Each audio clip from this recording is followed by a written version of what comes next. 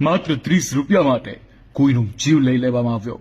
જી હા, તમે સાચું સાંભળ્યું। નવરંગપુરા વિસ્તારમાં આ ચોંકાવનારી ઘટના સામે આવી, જ્યાં એક રિક્ષા ચાલકે માત્ર 30 રૂપિયાના ભાડાના કારણે ગુસ્સે આવી એક અજાણ્યા મુસાફરને ઇરાદાપૂર્વક ટક્કર મારી તેને મોતને ઘાટ ઉતાર્યો હતો। કળશ રેસિડેન્સી સામે આવેલા જૈન દેરાસર પાસે આ સમગ્ર ઘટના બનતા આખા વિસ્તારમાં ચકચાર મચી હતી। રિક્ષા ચાલકે પહેલા મુસાફરને પાછળથી ટક્કર મારી નીચે પાડી દીધો અને ત્યારબાદ રિક્ષા યુટર્ન લઈ પાછો આવીને ફરીથી તેની પર રિક્ષા ચડાવી તેને મોતને ઘાટ ઉતાર્યો।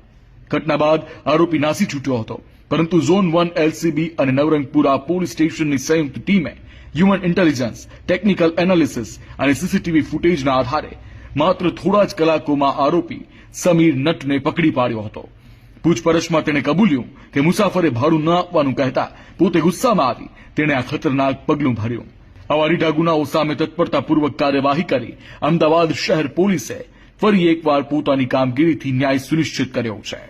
અમદાવાદ પોલીસ સેવા, સુરક્ષા અને શાંતિ માટે સમર્પિત।